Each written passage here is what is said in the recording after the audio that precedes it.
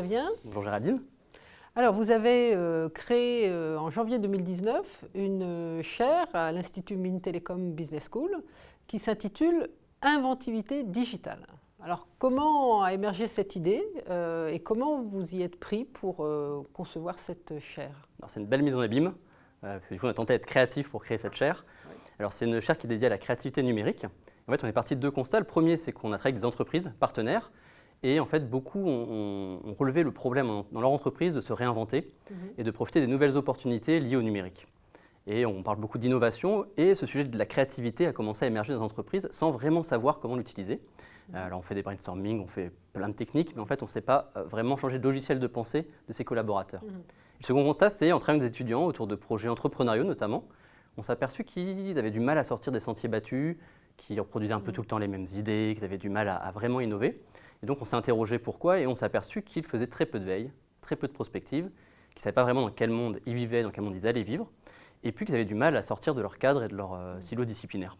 Et donc on s'est intéressé à ce sujet-là pour créer cette chaire d'enseignement.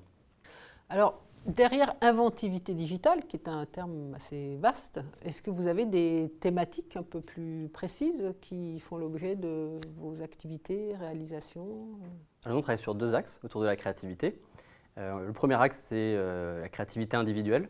Ouais. Comment on arrive à développer cette espèce de compétence, de capacité chez les individus à être plus créatifs et à sortir notamment ce qu'on appelle le biais de fixation, qui nous permet d'apprendre et de dire voilà, un verre sert à boire et c'est tout. Donc, comment on contourne tout ça avec la pensée latérale, il y a plein de techniques pour faire ça. Et puis on travaille sur la créativité collective, comment on manage l'intelligence collective et comment on met les individus ensemble pour trouver de nouvelles solutions et résoudre des problèmes complexes. D'accord. Voilà. Et puis le dernier point peut-être à rajouter, c'est qu'on travaille aussi beaucoup autour de l'interdisciplinarité pour désiloter un peu l'enseignement et aussi les pratiques en entreprise. Très bien.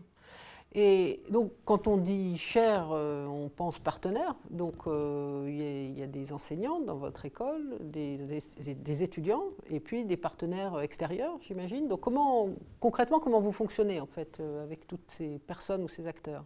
Alors, la chaire elle a été montée par l'Institut Mines Telecom Business School, qui est le porteur de la chaire, en lien avec Télécom Sud Paris, qui est une école d'ingénieurs, avec l'ESSAD de Reims, qui est une école de design. Donc ça, c'est la partie un peu académique. En partenaire institutionnel, nous avons le CIANA et le CUP, qui sont des centres de créativité d'art numérique, puisque les artistes ont souvent un coup d'avance et travaillent depuis très longtemps sur le sujet de la créativité, du processus créatif. Et puis, on est soutenu par Davidson Consulting, qui est une entreprise de conseil, et qui travaille beaucoup avec ses clients depuis quelques années sur l'accompagnement, la facilitation, pour faire émerger des solutions innovantes. Donc, est-ce que concrètement, vous pourriez donner un exemple d'une réalisation ou de quelques actions que vous ayez mis en place sur ces questions d'inventivité digitale? Alors oui, on a déjà fait quelques expérimentations pédagogiques, puis on a regroupé ça dans la chaire, qu'on a effectivement lancée officiellement en janvier. Donc la chaire, elle est composée de 6 piliers. Le premier pilier, c'est un master interdisciplinaire, ingénieur, designer, manager, qui s'appelle IDDIM. Et l'idée, c'est de créer des profils atypiques sur le marché, notamment pour répondre aux enjeux des nouveaux métiers émergents dans le numérique qui n'existent pas encore. Donc c'est une belle promesse. Voilà. La première promo va sortir prochainement. On a lancé une semaine de la créativité et de l'innovation, là, qui touche 450 étudiants, managers et ingénieurs pendant une semaine. On essaye de les faire toucher à cette question de créativité où ils sont confrontés à beaucoup d'expérientiels avec des artistes, ils travaillent sur le design thinking, ils apprennent des méthodes de travail ensemble, ils apprennent à communiquer.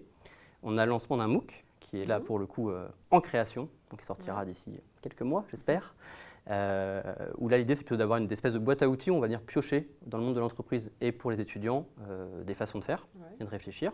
De ça sortira certainement un livre blanc avec les bonnes pratiques qu'on rencontrera dans les entreprises.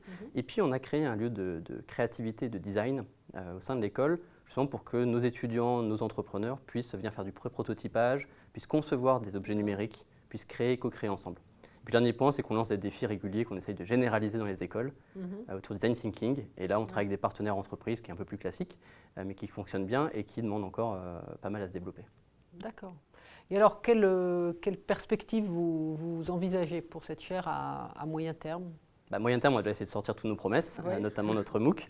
Et puis, on va essayer de développer nos programmes pour essayer de tirer plus d'expérience en fait, du monde de l'entreprise. C'est-à-dire qu'aujourd'hui, ils font beaucoup d'expérimentations aussi de leur côté. On voit que c'est un sujet qui est en train d'émerger un peu partout, tout le monde s'interroge. Et on a besoin, je pense, de rationaliser un peu tout ça, en tout cas de mieux l'expliquer. Et puis le second point, c'est au niveau des étudiants, on va tester, voir si ça fonctionne vraiment. Pour l'instant, on essaye et on verra s'ils sont vraiment mieux adaptés pour réinventer le monde de demain. Très bien, merci beaucoup. Merci beaucoup. Merci.